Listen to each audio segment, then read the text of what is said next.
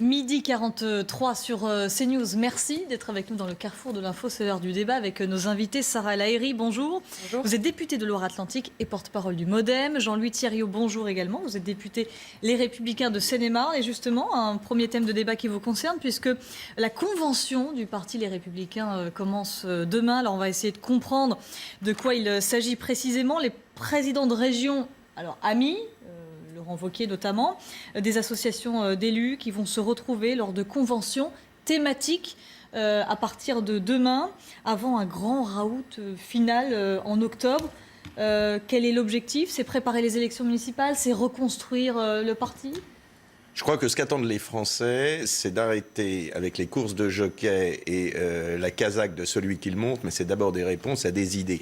Et effectivement, on se rend compte aujourd'hui que dans notre famille politique, on peut avoir des initiatives brillantes et justes, mais non coordonnées ou pas nécessairement coordonnées. Et le grand enjeu, c'est de répondre aux problématiques des Français. Les problématiques des Français, on les a entendues, c'est les problématiques de pouvoir d'achat, ce sont les problématiques de chômage et ce sont des problématiques plus globalement de sécurité et d'équilibre des territoires. Voilà ce à quoi il faut répondre et je crois qu'on a effectivement un travail à faire où tout le monde doit prendre sa place en ayant une réponse coordonnée, cohérente et globale et tout ce qui réunit les bonnes volontés sur l'édification de cette plateforme sera une très bonne chose. Donc c'est une bonne initiative de réunir les élus, les acteurs locaux de cette manière? Tout ce qui permettra d'aboutir à des idées, tout ce qui permettra d'être à la fois dans les traditions de ce qu'est le centre et la droite française, c'est-à-dire à la fois libéral, modéré, ferme sur les sujets de sécurité et de régalien, mais en remettant tout ça en musique et en montrant que finalement, ces libertés économiques qu'on défend, c'est pour pouvoir rendre du pouvoir d'achat aux Français, c'est effectivement nécessaire. Et je rajoute une chose, c'est que je crois qu'il n'est absolument pas sain, dans une démocratie, de n'avoir, in fine, que deux partis qui s'affrontent, le parti au pouvoir, donc celui d'Emmanuel Macron et ses alliés, et le Front National de l'autre. Et ses alliés au MoDem, oui, parce que du coup, il est un peu élargi. Je pense à nos amis du MoDem. Et le danger, on le sait, et c'est d'ailleurs ce qu'on a vu aux européennes, c'est qu'on soit demain dans un face-à-face Emmanuel Macron, Marine Le Pen, sur un coup de malchance, malheureusement, elle pourrait accéder au pouvoir. Alors, Sarah El Haïry, députée de Loire-Atlantique, porte-parole du MoDem, qu'est-ce qu'il cherche à faire? Gérard Larcher, c'est son initiative, cette convention des Républicains. À partir de demain, il sera avec Xavier Bertrand à Valenciennes. Qu'est-ce qu'il... Président Larcher est dans une démarche très politique. C'est une action de bonne volonté, on peut lui reconnaître, mais on connaît aussi son expertise et son coup de génie politique. Effectivement, là, il prépare les municipales, c'est une chose, c'est un sujet. Cependant, pour que finalement les Républicains ou la droite française puissent se conforter, en tout cas c'est mon point de vue extérieur, moi je pense qu'il faut répondre à des sujets d'abord essentiels, ça veut dire sortir du nini. Le nini qui a pollué les élections présidentielles. La droite française républicaine, celle du RPR de Chirac ou même de l'UMP de 2007, a toujours été très claire, cordon sanitaire. Cordon sanitaire avec le Front National et le Rassemblement National. Donc il y a ce sujet, et puis un autre sujet, et je pense que la droite traditionnelle se pose des questions sur ça, c'est les idées au cœur des actions et des actions coordonnées avec les idées. Ça veut dire quoi? C'est-à-dire que beaucoup de personnes ne comprennent pas comment des élus les Républicains s'allient avec M. Mélenchon sur le sujet d'ADP, par exemple. Et on a vu finalement un frémissement et puis un recul a posteriori en disant « Mais comment on peut s'allier avec l'extrême gauche ?» Et je pense que finalement, si ces conventions permettent de poser les choses, parce que je suis comme vous, chers collègues, je pense qu'il faut avoir des idées et que les idées... Il y a un homme... Le président de mon parti, donc François Bayrou, qui disait « Si on pense tous la même chose, on ne pense plus rien ». Et il l'a dit à la création de l'UMP. Et donc moi, je pense qu'il ne faut pas exactement penser la même chose, mais se challenger. Cependant, il faut être clair. On ne s'allie pas avec la France insoumise, on ne s'allie pas avec les extrêmes. Et on revient peut-être, en tout cas, on revient aux idées. Jean-Louis Thierriot, vous avez été choqué, vous aussi, de voir cette alliance, Gilles Carrez notamment? En tout cas, le nini, je partage totalement votre avis. Il y a des cordons sanitaires. Il y a un cordon sanitaire avec le Front National. C'est évident et que nous devons tenir. Pour le reste, à titre personnel, je n'ai pas signé cette demande de RIP parce que je considère que quand on est des défenseurs des libertés économiques et je le suis, on ne peut pas voter par principe contre une privatisation. Je le dis aussi, je ne partage pas la manière dont était prévue cette privatisation sur le périmètre et sur l'utilisation des fonds. Mais évidemment, en tout cas, je crois que c'est un sujet sur lequel il faut être très attentif, et je le dis sérieusement, il faut une cohérence dans la ligne. Mais je rappelle, ce n'est pas la décision du parti, c'est la décision d'un certain nombre de parlementaires. Et on va revenir sur le sujet initial, cette convention des Républicains. La situation se décante plus ou moins pour la présidence de votre parti, les Républicains, après le retrait de Bruno Retailleau. Christian Jacob et Guillaume Pelletier sont les noms les plus cités. Quel est votre regard là-dessus ?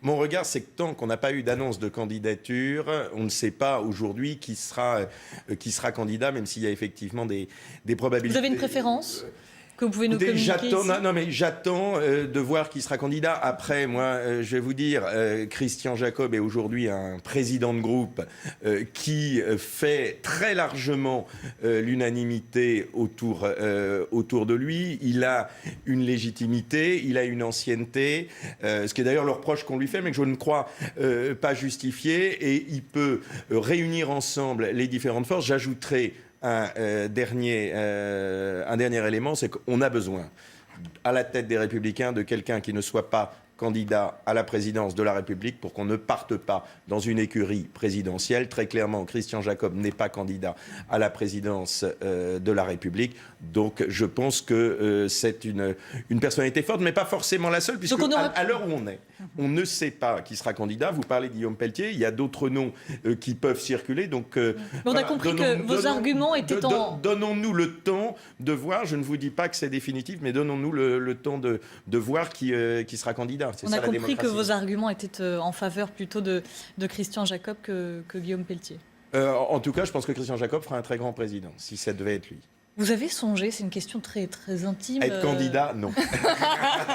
C'était pas celle-ci, mais à vous éloigner. Il est vrai que une droite constructive aussi bien du côté de La République En Marche que ses alliés au MoDem ou alors du Rassemblement National, les appels à ce que les élus, les Républicains rejoignent leur parti se multiplient. Et vous y avez songé ou...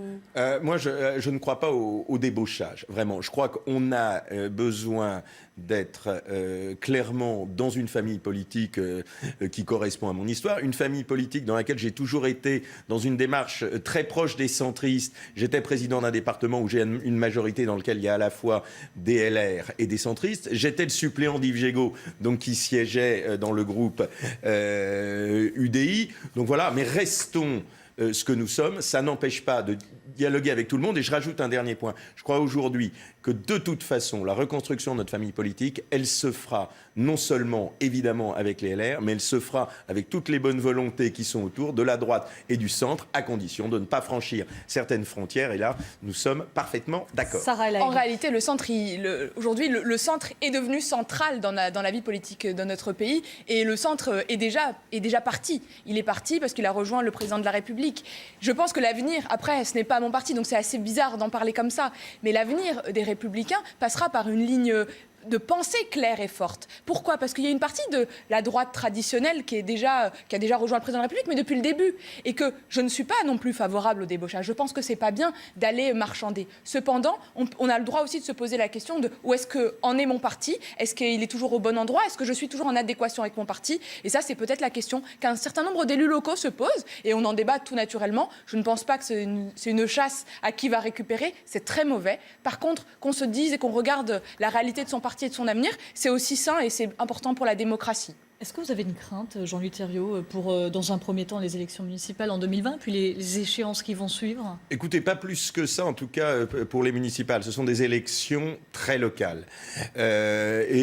Justement. Oui, mais la personnalité des maires est essentielle. Aujourd'hui, notre famille politique a quand même de nombreuses mairies. Donc, on a vu les très bons scores de La République En Marche, notamment en Ile-de-France. Oui, mais ce sont des élections européennes qui sont un scrutin national. Je crois qu'il ne faut pas surinterpréter. Alors, c'est un signal, hein, je ne vais pas vous dire le contraire. Mais je pense qu'il ne faut pas surinterpréter. Je pense je ne suis pas plus inquiet que ça. La seule chose, et je le dis dès maintenant, parce qu'il faut qu'on l'ait à l'esprit, c'est qu'on a effectivement, et je crois qu'on est tous confrontés à la même situation, les étiquettes des partis aujourd'hui ne sont pas nécessairement un plus. Donc on aura très probablement... Lesquels, des fois je crois que... Alors, vous savez, je crois que... Et ça dépend de quel territoire. On n'a pas... Ça dépend des territoires. On n'a pas les gens se reconnaissent plus nécessairement dans des étiquettes. Et on va avoir sûrement un certain nombre de maires LR qui vont se retrouver d'hiver droite, mais qui resteront toujours dans la famille sous une autre configuration. Donc l'évolution, elle peut être celle-là. En tout cas, je peux vous dire que dans un département comme le mien, qui est la Seine-et-Marne, il n'y a pas eu une seule défection de maire LR canal historique, ou alors ils étaient partis. Avant, ils étaient... Voilà. Donc... Moi, j'ai juste un sujet. Je pense que les élections municipales, c'est effectivement des élections de territoire. Et que le plus important, c'est le projet et l'intérêt du territoire, et pas une course à l'étiquette ou une course à la partisanerie. Pourquoi ? Parce que le plus important, c'est quelle est la capacité de l'équipe de rassembler, de trouver ce canal médian qui permet l'intérêt de sa ville et finalement comment elle peut mieux fonctionner. Cependant, c'est aussi un moment la composition de son équipe. Et les équipes doivent ressembler un peu plus à la réalité des gens. Et c'est là où les élections sont des indicateurs. Je n'ai jamais cru qu'une élection, une étiquette suffisait. Cependant, plus les villes sont grandes, plus les étiquettes donnent des tendances. Et c'est là où il faut un peu des fois de la clarté et des lignes rouges. D'où c'est pour ça le nini est important. Et je pense que tant que ce sujet n'est pas tranché et clairement dit, vous le faites, mon cher collègue, vous le faites très clairement. Mais comme il y en a encore... Les LR, pas tous. J'ai entendu très peu de gens chez nous J'ai souvenir de personnes à l'époque 2007-2009 où il suffisait d'évoquer le nom du Front National pour être exclu du parti. Et ça ne date pas d'il y a très longtemps, ça fait moins de 10 ans. Vous passiez en conseil de discipline, en tout cas le militant qui supposait ou allait entendre que c'était possible, sortait. Et aujourd'hui, ça flirte. Et donc cette perméabilité, il faut la trancher. Je vous le dis honnêtement, dans le groupe à l'Assemblée nationale, je n'ai entendu pas un seul de mes collègues proposer un quelconque franchissement. Elle est là, la cohésion, encore, chez vous. Alors, juste lors du vote de confiance au gouvernement, on s'en souvient, la majorité sénatoriale s'est abstenue.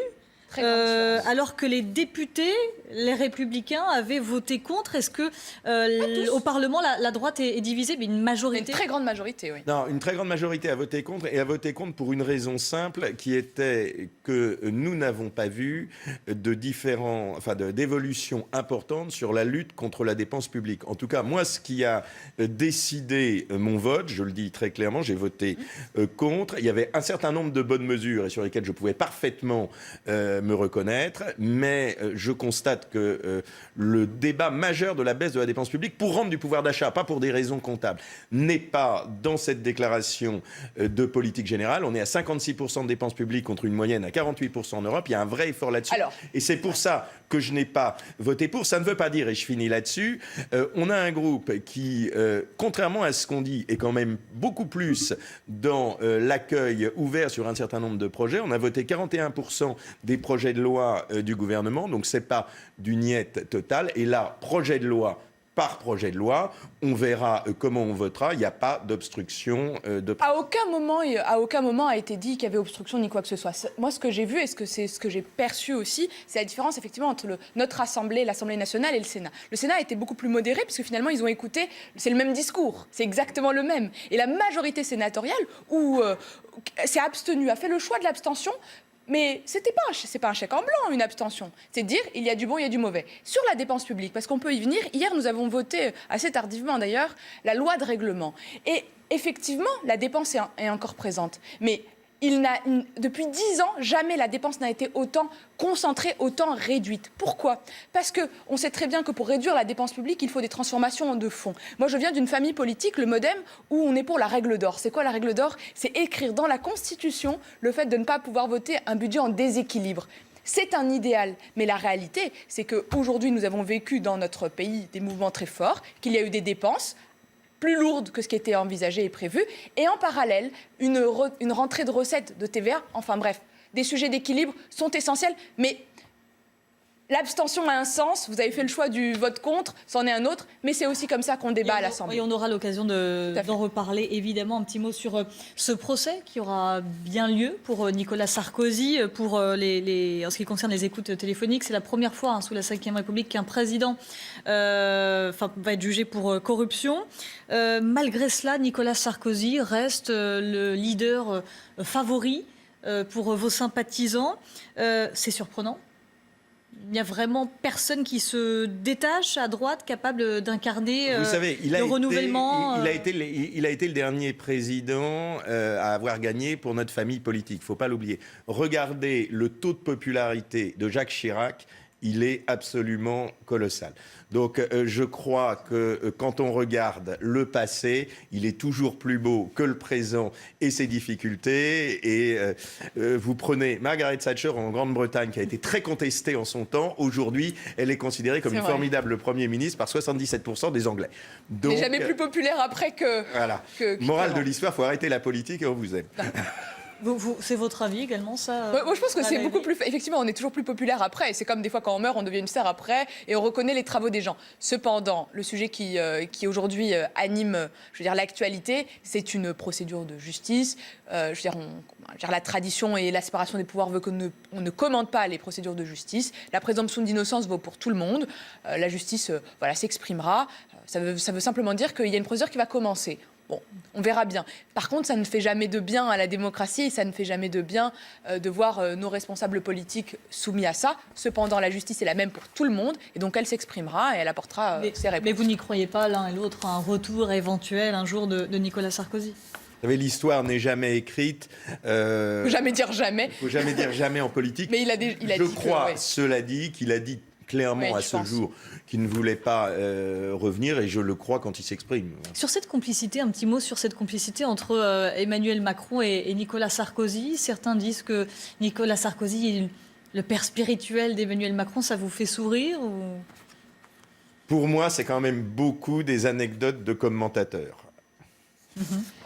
Et pour moi, j'ai envie de vous dire, il y a beaucoup de fantasmes dans tout ça. Parce que la réalité, c'est que le président de la République aujourd'hui a des échanges avec l'ancien président de la République qui a été Nicolas Sarkozy, mais comme il peut en avoir avec l'ensemble des autres présidents de la République. Et c'est bien, de président à président, et c'est la continuité de l'État. Moi, j'aime un État fort, j'aime un État régalien, et donc finalement, ça me rassure que nos chefs d'État, nos anciens présidents échangent, parlent, parce qu'il y a un moment, c'est l'intérêt général de notre pays.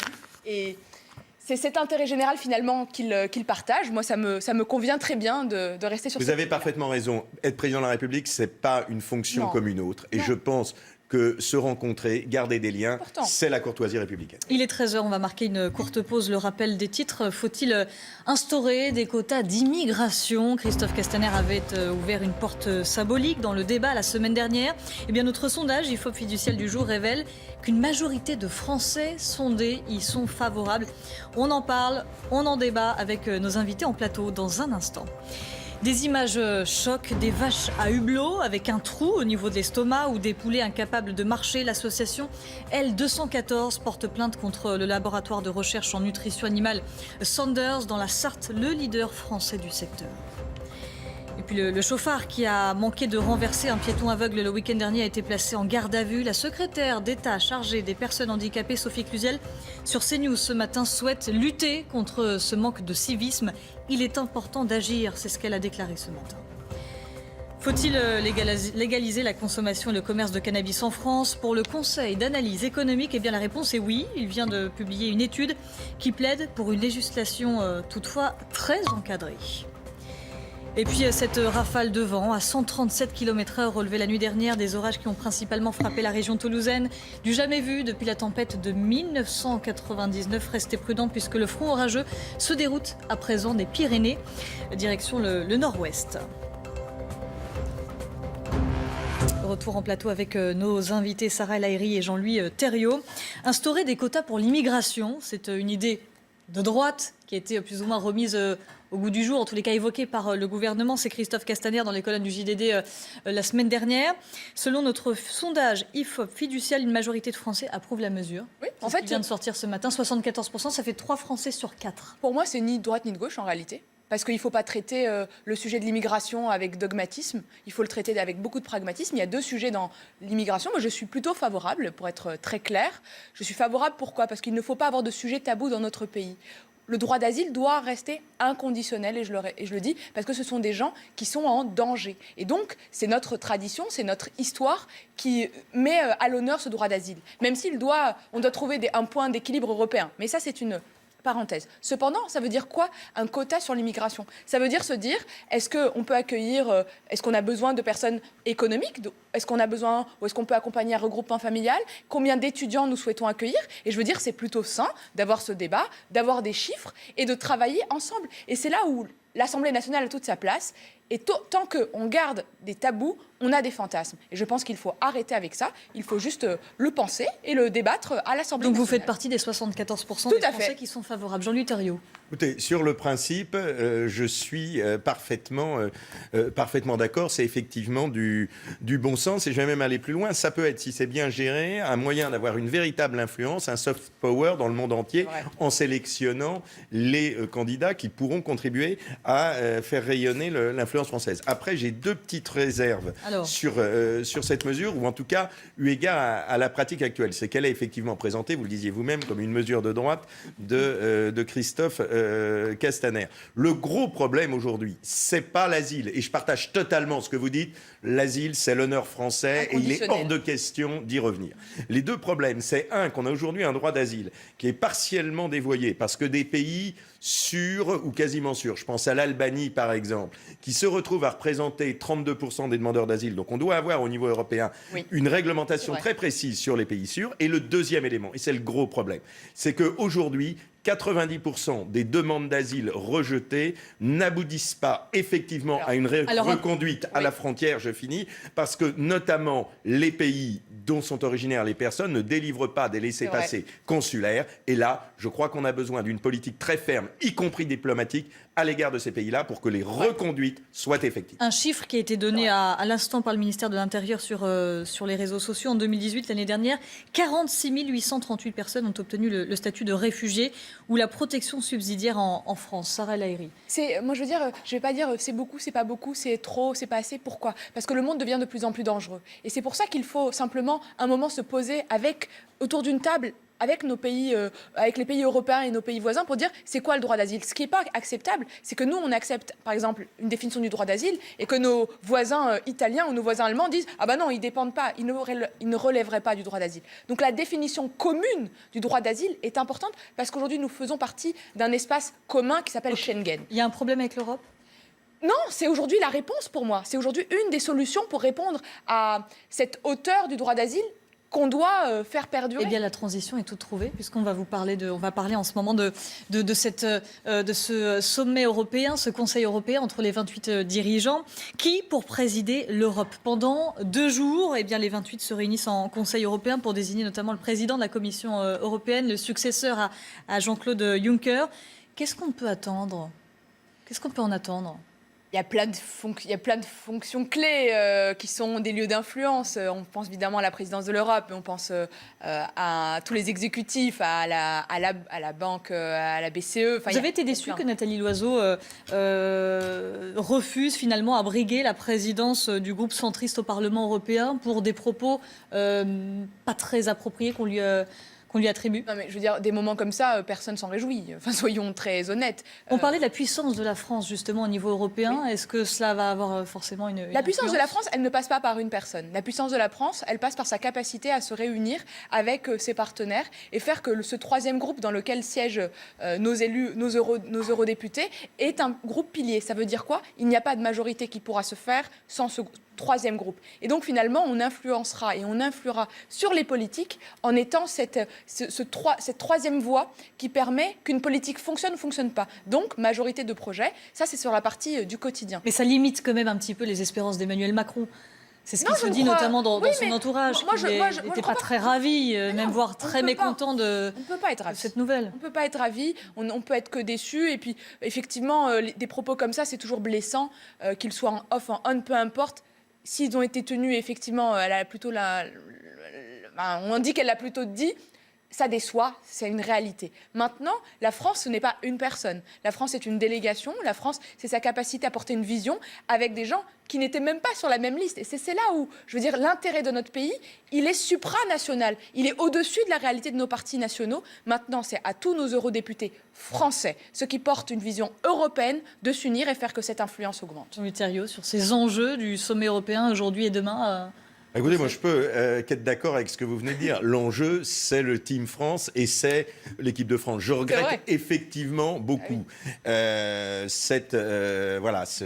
ces sorties de Nathalie Loiseau qui ont quand même eu des conséquences fâcheuses pour votre groupe, mais globalement pour l'influence française. Aujourd'hui, le parti auquel appartiennent les Républicains, le PPE, est le principal groupe à Bruxelles avec 182 députés.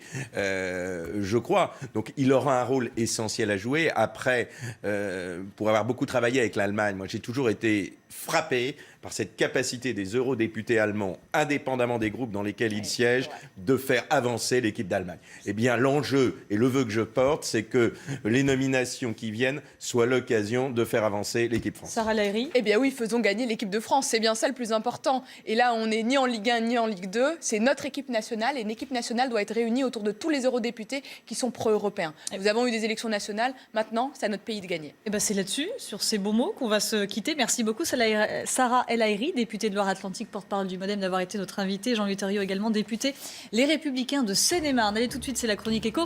Et les prix de Netflix, l'abonnement Netflix qui grimpe en flèche, qui monte, c'est Éric de Ritmaten.